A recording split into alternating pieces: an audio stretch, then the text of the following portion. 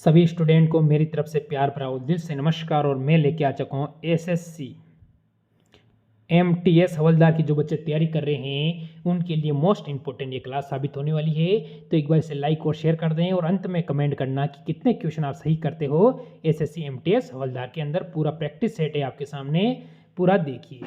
तो पहला क्वेश्चन आपके सामने आ चुका है बच्चों, अभी तक सब्सक्राइब नहीं किया तो कर लेना। नदी तथा समुद्र के मिलने के स्थान पर डेल्टा निर्माण के लिए निम्न में से कौन सा प्रक्रम उत्तरदायी है? तो कौन सा उत्तरदायी है ये आपको बताना है। अब आपका उत्तर क्या रहेगा और चार ऑप्शन आपके सामने हैं। मेरे सारे स्टूडेंट ने कोशिश करेंगे कि इसका उत्तर सही और बेहतर तरीके से आप उत्तर दे सको। तो स्कंदन यानी ऑप्शन नंबर सी यहाँ से बिल्कुल सही है। ऑप्शन नंबर एक का सही हो चुका है। 2 पर चले। वह कार्बोहाइड्रेट जो मनुष्य के पाचन तंत्र से नहीं पचता है, वो कौन सा है ये आपको बताना है। मनुष्य यानी इंसान के पाचन तंत्र से नहीं पचता है, यानी वो नहीं सेट हो पाता है, उसके बारे में पूछ रहा है। तो हम क्या कहेंगे, देखो यहाँ से आप कहोगे जैसे स्टार्च,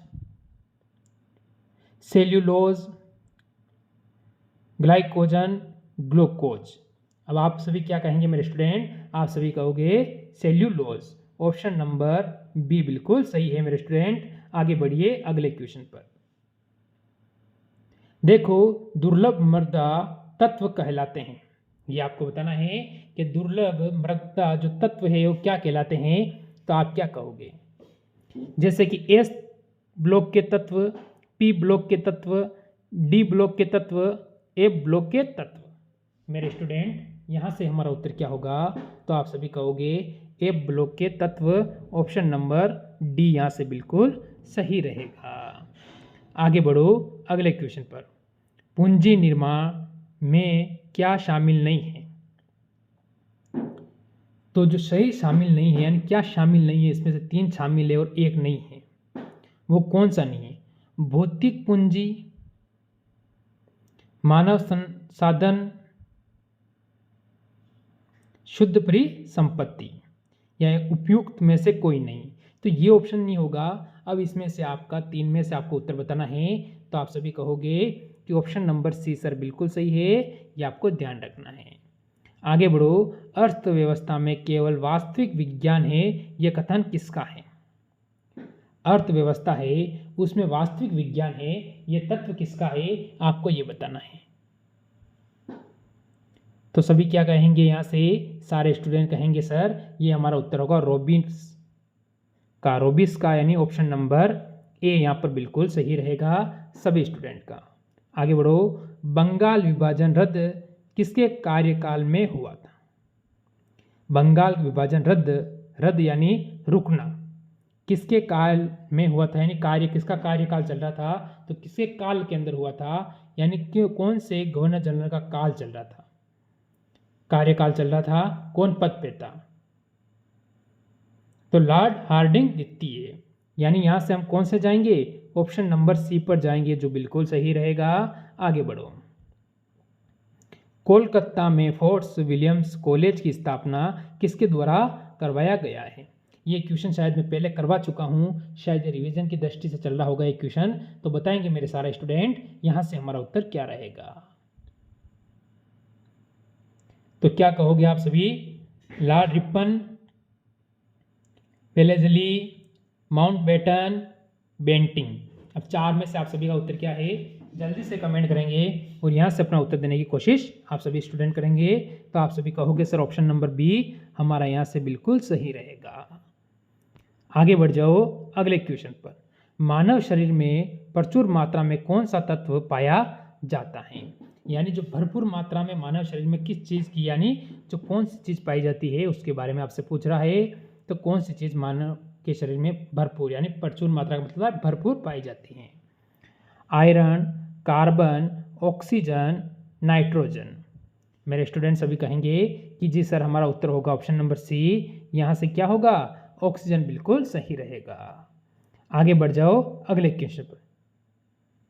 एंजाइम के प्रोटीन भाग को क्या कहते हैं? क्या इसका कोई उत्तर मेरे को कमेंट करके बता सकता है? क्या कोई स्टूडेंट ऐसा है जो इस क्वेश्चन के बारे में मेरे को जानकारी दे सकता है? तो बिल्कुल आप सभी में से जो कोशिश करेगा वो जानकारी इसके बारे में मेरे को दे सकेगा। अगला क्वेश्चन, मानव शरीर अपनी अधिकांश ऊर्जा वनस्पति भोजन से किस रूप में प्राप्त करता है?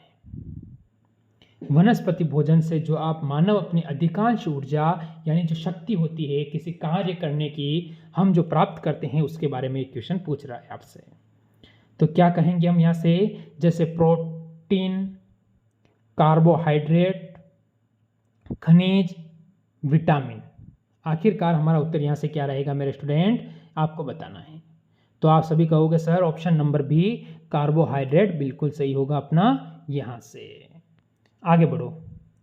पादप रोगों का सबसे उत्तरदायी कारण कौन है?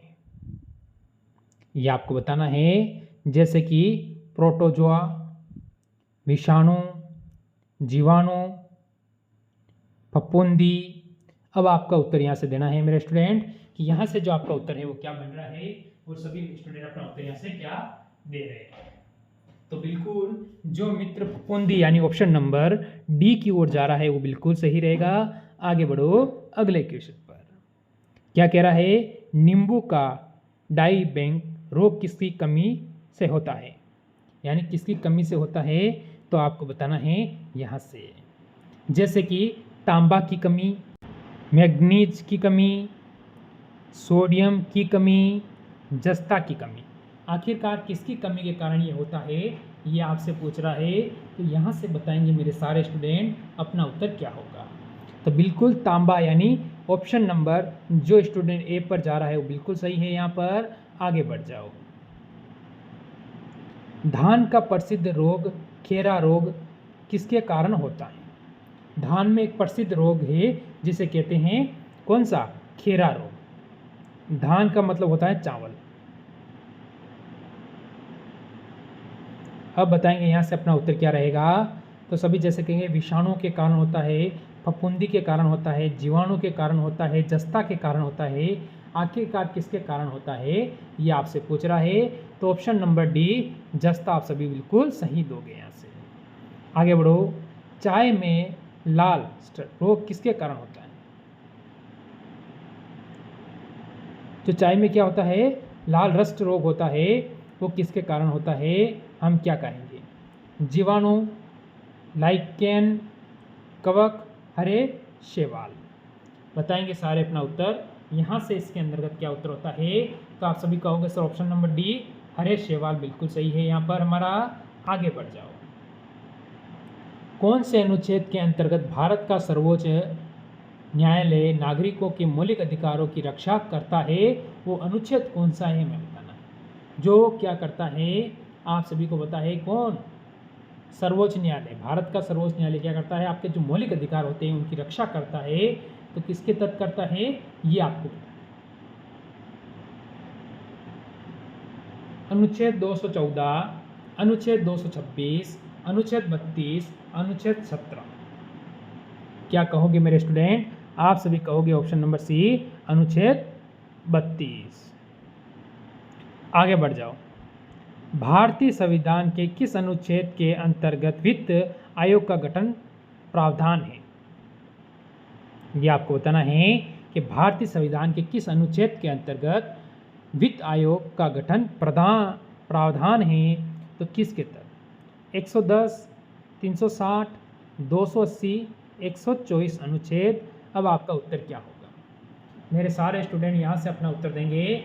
तो आप सभी कहोगे सर ऑप्शन नंबर सी यहाँ से 280 बिल्कुल सही है। आगे बढ़ जाओ। बजाज नियंत्रण का संबंध किस सुल्तान के साथ था? क्या होगा? यहाँ बजाज है, यहाँ थोड़ा सा मेरे को डाउट हो रहा है। तो चलो जिस क्वेश्चन में डाउट है ना इसको आप छोड़ ही दो, इसको बाद में देखते हैं। इसको एक बार मैं चेक करके फिर बताऊंगा। गोपद किस वेद का ब्राह्मण ग्रंथ है? गोपद है वो कौन से वेद का ब्राह्मण ग्रंथ है ये आपसे पूछ रहा है। ऋग्वेद, यजुर्वेद, सामवेद, अथर्ववेद। ऋग्वेद सबसे क्या है? प्राचीन। और ये है अंत यानी नया कह सकते हो। अब आपका उत्तर होगा अथर्ववेद, ऑप्शन नंबर डी बिल्कुल सही है आपका। यहाँ से आगे बढ़ जाओ। दूध के उत्पादन में विश्व में भारत का कौन सा स्थान है?